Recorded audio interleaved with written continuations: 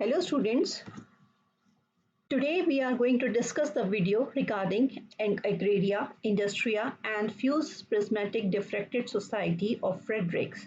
This video is very important for all those students who are preparing for NET, JRF, UPSC, BA, MA examination in political science and public administration.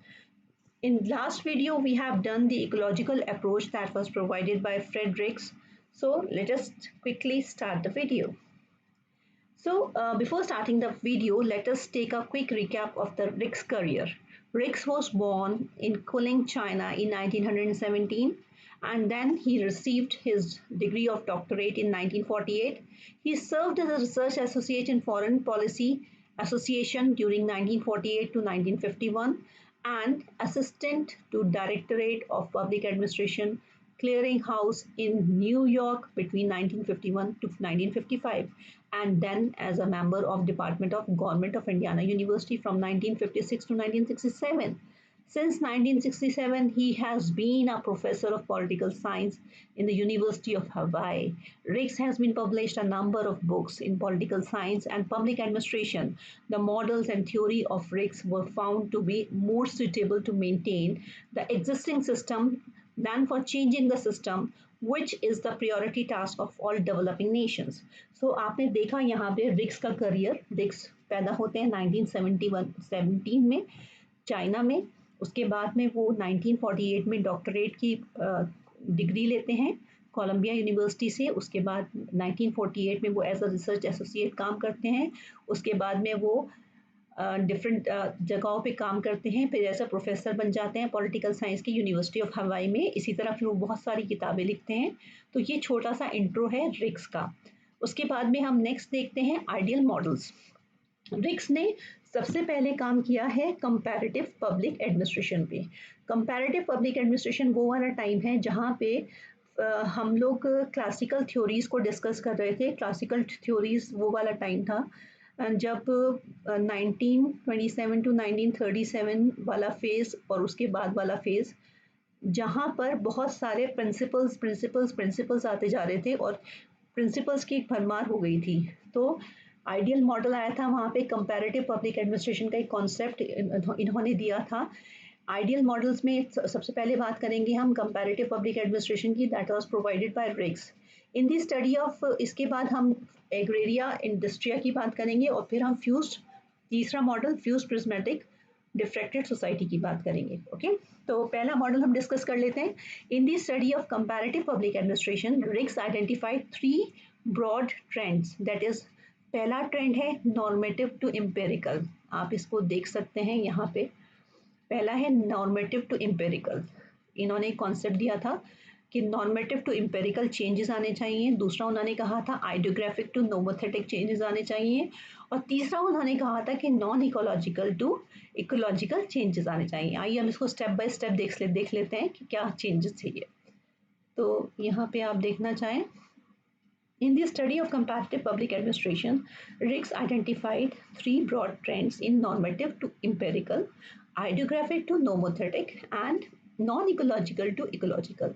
He depended heavily on emphasize the new need to study administrative system in ecological perspective so as to gain a comprehensive and in-depth understanding of the administrative system.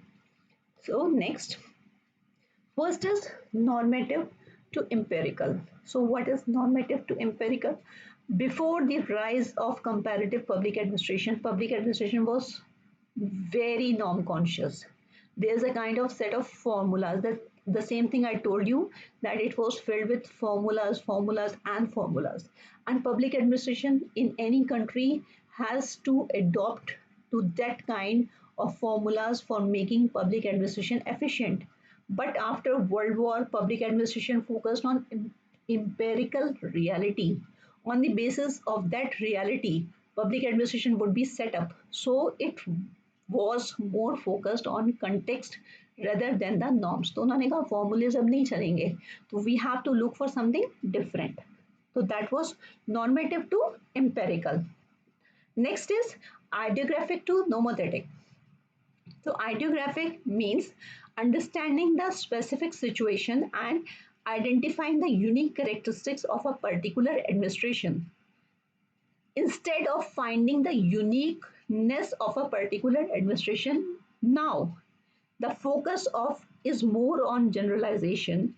देखिए idiographic यहाँ पे क्या था, nomothetic क्या था, idiographic means understanding the specific situation and identifying the unique characteristic of a particular administration.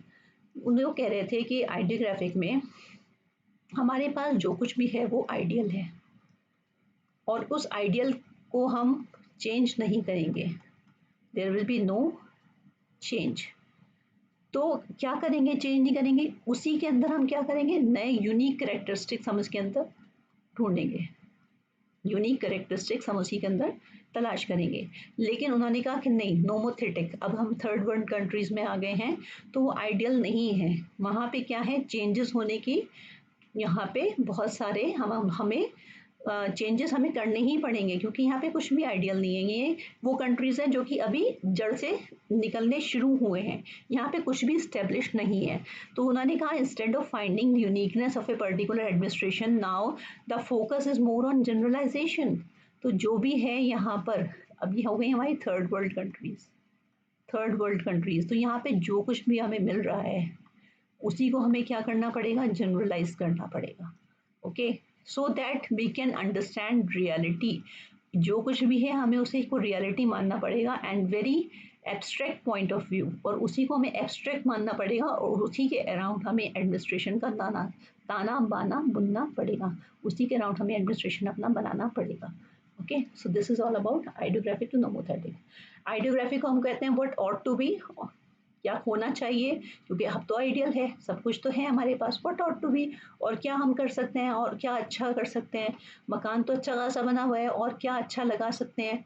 और nomothetic क्या कहता है, व्हाट इज, भाई क्या पड़ा हुआ है, ये यही है जो कुछ भी है, what is. So this is what ought to be and what is. Now next is not non ecological to ecological.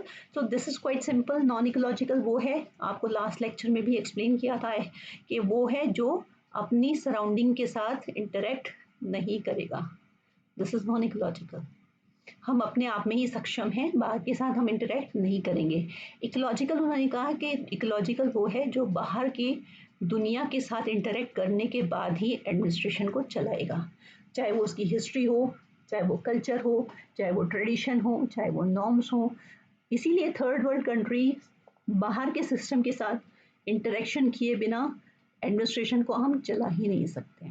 Okay, instead of only focusing on administration, it need to be understand what reference to social, political and cultural context until you know the ecology. Ecology means social values, economic values and cultural or environmental values. It is very difficult to understand the nature of the administration. तो ये सारी चीज़ें मिलाने के बाद ही हम ecology को study करेंगे और देन हम एडमिनिस्ट्रेशन करेंगे। सो ये हो गया आपका CPA कंपैरेटिव। इकोलॉजिकल अप्रोच छोटा सा डाल दिया ताकि आप थोड़ा सा रिवाइज कर लें। इकोलॉजिकल अप्रोच आपका था the relationship between the administration and its environment. Ecology is a biological term which means interaction between the organism and their environment. यहाँ पे अगर 3 टूल्स की बात आती है जो कि आपको अगर एग्जाम में पूछ लेता है, तो जो 3 टूल्स जिसके थ्रू ये रिक्स ने सारा काम किया है, कुछ टूल्स चाहिए होते हैं हमें किसी भी काम को करने के लिए, तो 3 अप्रोच हैं जो रिक्स ने उठाई हैं। एक इकोलॉजिकल अप्रोच उठाई है, दूसरी स्ट्रक्चरल फंक्शनल अप्रोच और तीसरी आइडियल मॉडल्स। ठीक है, तो इन चीज़ों को इस्तेमाल करते हुए रिक्स ने काम किया है। दूसरे मॉडल की बात करें तो Riggs develop certain ideal models to analyse the administrative system. अब रिक्स को क्या करना था, अब वो डेवलप्ड कंट्री, देखिए ये डेवलप्ड कंट्रीज हैं, डेवलप्ड और ये डेवलपिंग है।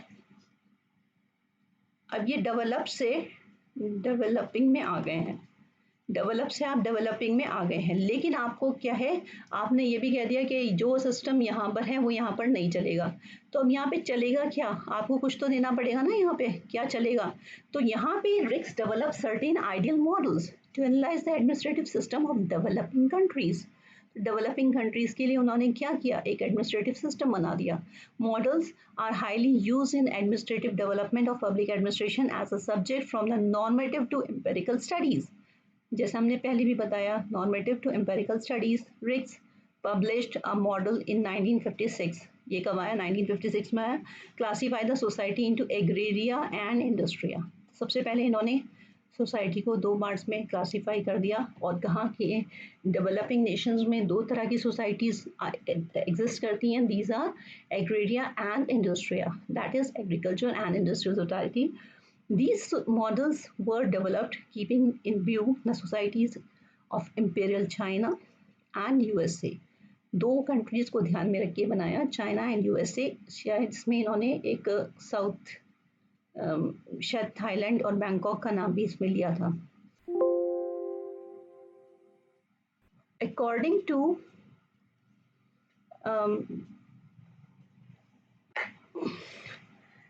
agriculture society, these models were developed keeping in view the societies of Imperial China and USA. According to him, all the social transformation from agraria to industria at the given point, Ricks identified the following as a structural features of agraria and industria। तो चलिए अब इनके features देख लेते हैं एग्रेरिया और इंडस्ट्रिया के। तो इन्होंने कुछ बताए एग्रेरिया के और कुछ फीचर्स बताए इंडस्ट्रिया के। एग्रेरिया के बारे में इन्होंने बताया कि यहाँ पे एस्क्रिप्टिव वैल्यूज़ हैं, मतलब यहाँ पे जो कुछ भी है वैल्यूज़ वो ये कहते हैं कि जो हमने बाय बर्थ हमें मिल गया, मतलब बाय बर्थ वो ही सब कुछ है। यहाँ पे जनरली क्लास में, जिस क्लास में आप लोग पैदा, जिसमें पीपल पैदा होते हैं, जहाँ पे सिटीजन्स हैं जिस भी नेशन के हैं, अगर वो वहाँ पे क्लास 1, 2, 3 उस रीजन में हैं तो उसी क्लास से उसको रिकॉग्नाइज किया जाता है। They can't change their class. तो बाय बर्थ जो भी क्वालिटीज़ हैं वो बाय बर्थ होती हैं। जो भी आपकी क्लास है, जो भी आपका स्टेटस है, वो अचीवमेंट इंडस्ट्रिया में अचीवमेंट होता है, यानी कि जो भी होता है that is on the basis of your merit. आप जितना भी कर सकते हैं, आप पढ़ाई करें, आप डॉक्टर बने, इंजीनियर बने, पैसा कमाएं, तो industria is only based on merit. Agraria is particular in the sense, अगर आप पीछे जाके देखें, अगर आप पुराने ज़माने में चले जाएं, अगर पुराने ज़माने में जाएं तो आप देखते हैं कि आपके जो वज़ीर होते थे, राजा के जो वज़ीर होते थे, वो हर काम करते थे। अगर एग्रीकल्चर का कोई इशू आ गया तो वो भी वो करेंगे, फाइनेंस का इशू आ गया तो भी देखेंगे, और आर्मी का कोई इशू आ गया, डिफेंस का, तो भी देखेंगे। तो दे आर प्लूरलिस्टिक, मतलब ये क्या करेंगे, दे आर प्लूरलिस्टिक, मतलब they will work in a different task, okay, but they are universal। एक ही फील्ड में काम करते हैं ये लोग, okay। नेक्स्ट डिफ्यूज पैटर्न, इसी तरह से पैटर्न क्या है इनका, डिफ्यूज्ड है, एंड ये दे आर वेरी स्पेसिफिक। इनका पैटर्न जो होता है वो बहुत स्पेसिफिक होता है। if they are working in the same direction they will go in that particular same direction।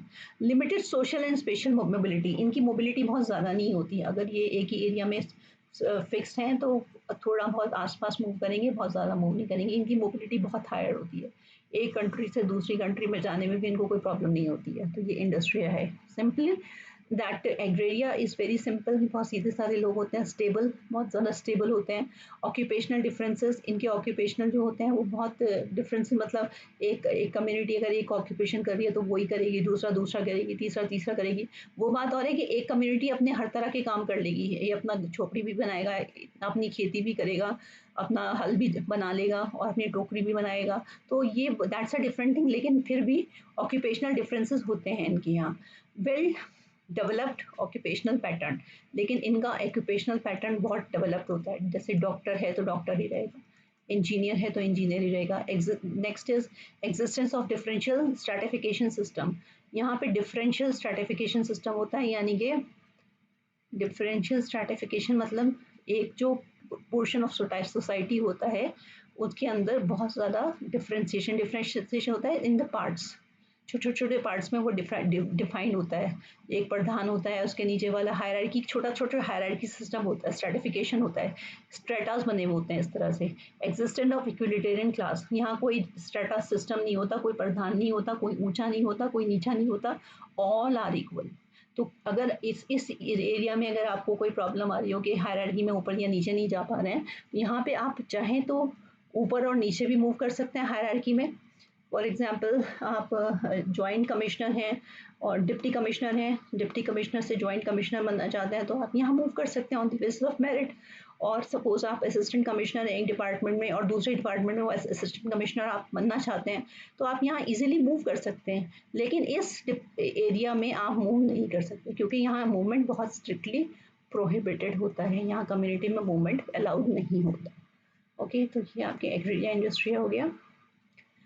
Later in 1957 he developed a equilibrium model named Transitia। फिर यहाँ पे 1957 में वो एक और चीज़ यहाँ पे क्रिएट कर देते हैं बीच में जिसका नाम होता है Transitia, which represented the transforming society। Transitia represent the traditional stage between agraria and industria। इनके बीच में एक नई स्टेज डेवलप हो जाती है, यहाँ पे उसका नाम होता है Transitia। ओके, ये डेवलप हो जाती है किस किस के बीच में, एग्रेरिया और इंडस्ट्रिया के बीच में। Okay, and possesses the characteristics of both, और दोनों के कैरेक्टरिस्टिक्स इसके बीच इसके अंदर होते हैं। But the typology of agraria industria was criticize, लेकिन इसको बहुत क्रिटिसाइज किया जाता है, एंड हैविंग मैनी लिमिटेशन। वो कहते हैं कि इसमें लिमिटेशंस हैं, ये आपकी थ्योरी ठीक नहीं है। अब उस पर किस बात पे क्रिटिसाइज किया जाता है, agraria industria typology is not helpful in studying the transitional society. तो वो कहते हैं कि ये तो हेल्पफुल है ही नहीं, आपने जो बनाया that's not good. Next is the system does not provide sufficient mechanism to analyze mixed societies since modern society always have some agrarian features। क्योंकि जो modern society हम लेके चल रहे हैं, यानी कि इंडस्ट्रिया को हम लेके चल रहे हैं, इंडस्ट्रिया में क्या कहीं एग्रेरिया नहीं होता? क्या बिना एग्रीकल्चर के इंडस्ट्रिया एग्जिस्ट करेगा? ऐसा तो पॉसिबल नहीं है। एग्रेरिया तो अकेला एग्जिस्ट कर सकता है, हो सकता है बिना इंडस्ट्रिया के एग्रेरिया एग्जिस्ट कर जाए, पर इंडस्ट्रिया के बीच में एग्रेरिया का होना बहुत ज़रूरी है। तो आप कैसे कह रहे हो कि वो बिल्कुल अलग है? तो इस बात पे इसका क्रिटिसिज्म भी होता है। Next is the typology assures unidirectional movement from the, वो कह रहा है कि यूनिडायरेक्शनल मूवमेंट है, एग्रेरिया से इंडस्ट्रिया जाएगा। ऐसा भी तो हो सकता है कि कोई इंडस्ट्रिया से वापस एग्रेरिया आ जाए, तो ये बात तो आपने डिस्कस ही नहीं की। That is a criticism। And next is the model have given very little to analysis to administrative system, very little to the analysis of administrative system। यानी कि आपने उसको बहुत डिटेल में जाके अंदर जाके स्टडी नहीं किया, उसमें और ज़्यादा एनालिसिस आप पैदा कर सकते थे।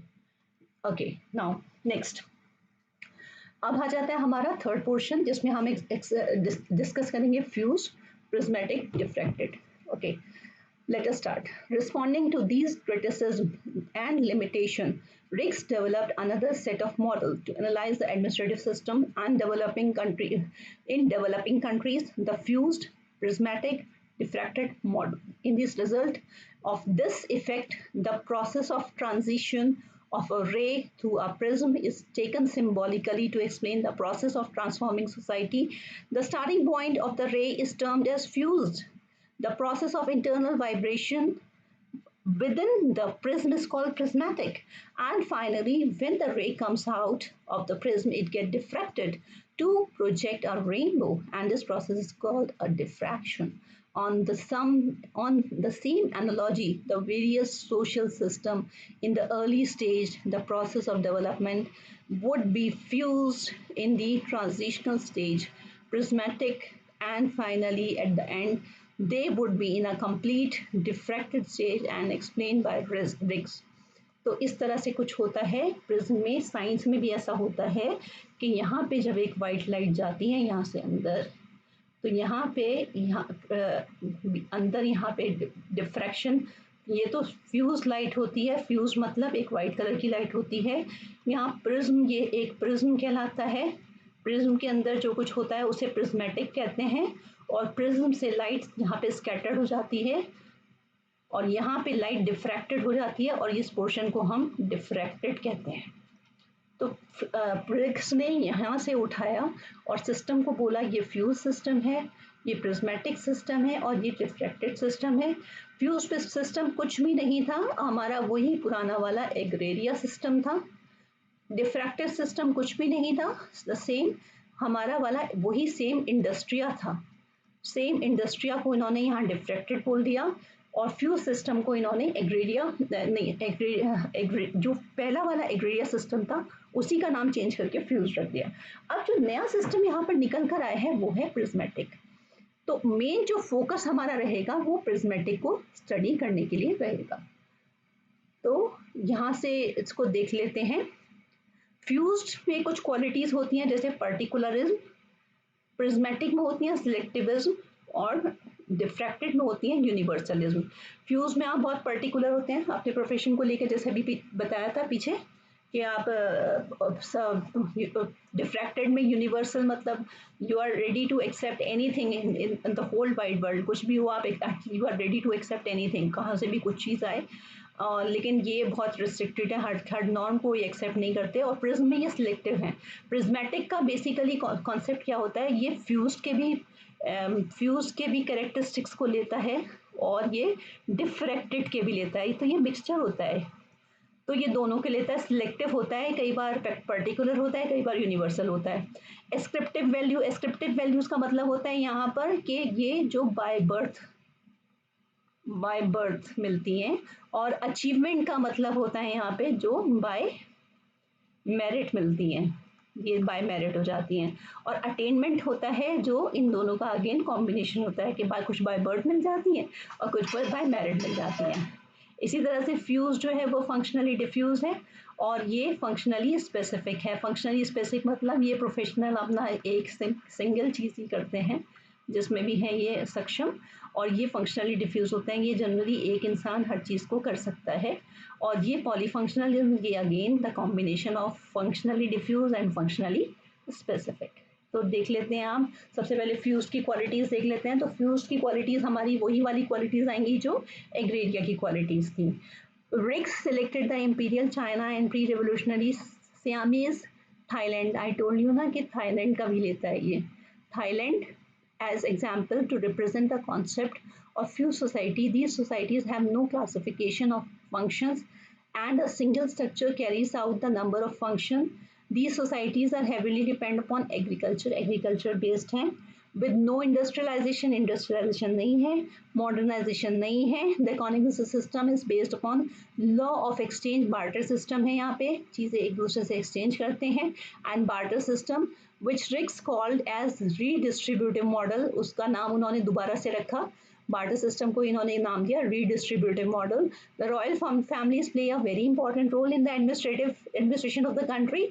The king and the officials nominated by him and carry out the administrative, जो बड़े बड़े राजा महाराजा थे वो छोटे छोटे किंग्स को और ऑफिशियल्स को नॉमिनेट करते थे and carry out the administrative, economic and other activities by themselves, और जो बड़ी इंपॉर्टेंट एक्टिविटीज होती हैं वो खुद करते थे। No separate structure exist to manage economic, जैसे आपको बताया था कि अलग अलग डिपार्टमेंट नहीं थे। No separate structure exist to manage economic and administrative affairs. Custom, belief, faith and traditional ways of living enables the people to live together and control their behavior। ठीक है, सब लोग मिलजुल के रहते थे और एक दूसरे के बिहेवियर को कंट्रोल करते थे। तो this is all about fuse. अब देख लेते हैं डिफ्रैक्टेड। डिफ्रैक्टेड का मतलब है ये वाला, this one, the third one, this one. तो ये आपका हो गया कौन सा वाला, ये हो गया आपका इंडस्ट्रिया दिस वन। तो देख लेते हैं हम diffracted. These societies are based upon universal principles with no differentiation with treatment। They are highly, differentiation की बात जहाँ पे होती है, डिफ्रेंसिएशन का मतलब होता है जो वो बहुत ज़्यादा टूटे हुए नहीं होते। डिफ्रेंसिएशन इंटीग्रेटेड होते हैं, मतलब बहुत ज़्यादा एक दूसरे से जुड़े हुए होते हैं। इंटीग्रेशन जहाँ बात होगी वो बहुत जुड़े हुए होंगे, और डिफ्रेंसिएशन होगी तो छोटे छोटे पार्ट्स में डिवाइड होंगे। ओके, तो societies are based upon universalistic principles with no differentiation with treatment. कोई डिफ्रेंसिएशन नहीं होता ट्रीटमेंट में। There is high degree of specialization, सब अपने अपने स्पेशलाइज्ड होते हैं एरिया में। And structure carries out the specialized functions, एक दूसरे अपने अपने स्पेशलाइज्ड फंक्शंस करते हैं। Ascriptive values, ascriptive value I told you on the basis of merit, ceases to, नहीं, ascriptive value ceases, ascriptive values थी by birth, जो by birth values थी वो यहाँ जाके खत्म हो जाती हैं। to give exist give way to attainment value, attainment value यहाँ पे रास्ता ले लेती हैं, यानी कि मेरिट यहाँ पर सुप्रीम हो जाती है। In the society would have high dynamic and diffracted, dynamic होती है, मूवमेंट बहुत जल्दी जल्दी करती है, and diffracted होती है। And here exists the open class structure represented by various associations which play a prominent role in achieving rational results in the society. All organization and structures are created and based upon the scientific rationals. The economic system is based on market mechanism. यहाँ पे जो economic system है वो market mechanism पे based करता है, barter system पे based नहीं करता, जैसे कि कहाँ पे करता था, फ्यूज्ड में करता था। Which are both direct and indirect effect on each other, एक दूसरे को इफेक्ट करते हैं, जैसे सोसाइटी इकोनॉमी को और इकोनॉमी सोसाइटी को। He called it marketise society, इसको नाम दिया रिक्स ने। Communication and technology are highly developed, communication developed होता है, टेक्नोलॉजी डेवलप्ड होती है। Give top priority to maintain cordial public relation, government would be responsible to the need of the people, government सारी requirement पूरी करेगी। And protect the human rights, government officials have no coercive and absolute power, that is important point. Government के पास कोई ऐसी power नहीं होती है कि किसी के ऊपर डंडा चलाए। Public pay attention to give respect and laws to the nation and their own. The facilitates the government to implement the laws and discharge the responsibility without any difficulty. अब देख लेते हैं prismatic model, this is the most important, यही सबसे ज़्यादा important है क्योंकि वो तो सिमिलर ही थे। Rigs concentrated all these efforts to explain in detail the prismatic model. The focal point of this model, according to RIS, the prismatic society, that is one which has achieved the certain level of differentiation, specialization of the role that is necessary for dealing with the modern technology, but has failed to integrate these roles. देखिए बहुत important point है यहाँ पे क्या हुआ, यहाँ पे specialisation तो किया गया जो कि ज़रूरी था मॉडर्न टेक्नोलॉजी को डील करने के लिए, लेकिन वो उसको इंटीग्रेट नहीं कर पाए। यहाँ पे स्पेशलाइजेशन तो बहुत ज़्यादा किया इन्होंने, डिफ्रेंशिएशन तो बहुत ज़्यादा किया, लेकिन उसको इसको कहा जाता है हाईली डिफ्रेंशिएटेड और इसको कहते हैं मेल इंटीग्रेटेड। मतलब ये संभाल नहीं पाए, मॉडर्न तो हो गए ये, लेकिन ये उस मॉडर्नाइजेशन को संभाल नहीं पाए क्योंकि आधी सोसाइटी तो पढ़ी लिखी थी और आधी सोसाइटी जो थी वो गंवार थी।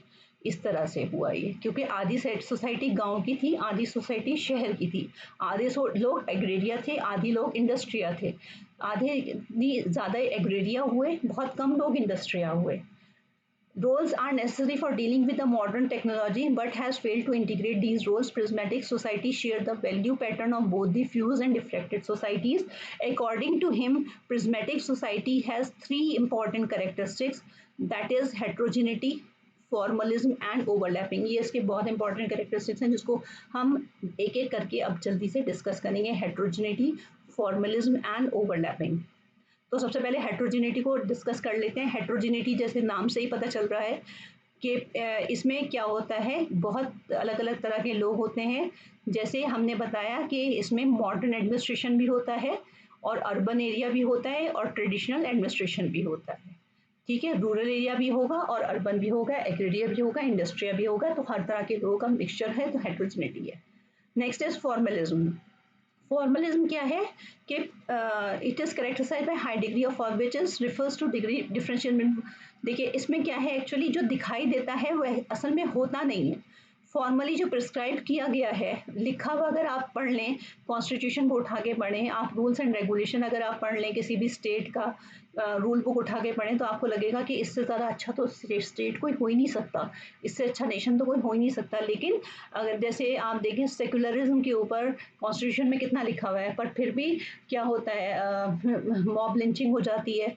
सेकुलरिज्म का की जो वो रूल्स हैं, रेगुलेशंस हैं, वो पूरे नहीं हो पाते हैं। तो फॉर्मली प्रिस्क्राइब जो चीज़ें हैं वो प्रैक्टिस में नहीं आ पाती। प्रैक्टिस नॉर्म्स एंड रियलिटीज़ जो हैं वो अलग होती हैं और जो प्रिस्क्राइब चीज़ें हैं वो अलग होती हैं, तो इसको कहा जाता है फॉर्मलिज्म। जो लिखा हुआ है वो एक्चुअल में होता नहीं है। तो लिख तो बहुत अच्छा अच्छा गया, लेकिन एक्चुअली में उसको हम लोग इम्प्लीमेंट नहीं कर पाए because of formalism actual behaviour of the साला ऑफिशियल्स। ये हम लोग नेक्स्ट वीडियो में बहुत डिटेल में एक्सप्लेन करेंगे। SALA sala officials will be variant with what laws and regulations laid down. तो जो rules and regulations laid down होते हैं वो एक्चुअल में इम्प्लीमेंट किसी और तरीके से होते हैं। ओवरलैपिंग तो बहुत सिंपल है, दो चीज़ें ओवरलैप करनी है, एक एग्रेरिया एक इंडस्ट्रिया। Diffracted society coexists with undifferentiated structure of fused and prismatic society. Although modern structures are created, तो वही है, ओवरलैपिंग हो रही है। एक तो इधर से फ्यूज आ गया, इधर से आपका डिफ्रैक्टेड आ गया, और ये बीच का आपका बेचारा प्रिज्मेटिक फंस गया। नेक्स्ट आप देख लीजिए।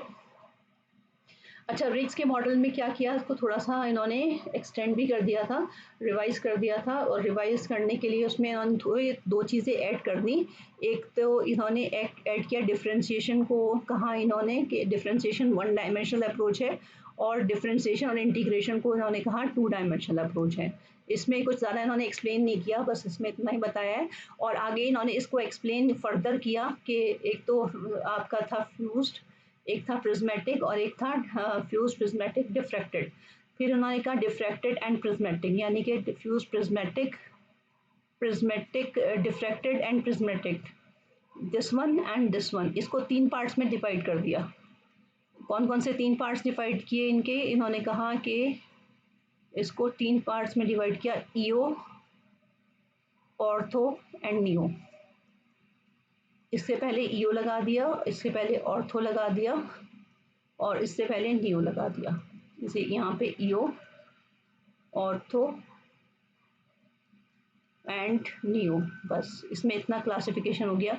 EO prismatic, ortho prismatic, neo prismatic, eo diffracted, ortho diffracted and neo diffracted. उसमें आपको डिटेल में बहुत जाने की ज़रूरत नहीं है, इतना एक्सप्लेनेशन वो पूछते भी नहीं है। So that is all about it. In the next video, we will discuss about prismatic Sala model and Bazaar canteen model and criticism of the prismatic criticism of the Riggs theory, fused prismatic diffracted society model. Criticism of the same model we'll discuss in the next video. I hope this video will be very useful for you. Thanks for the day. Thank you very much.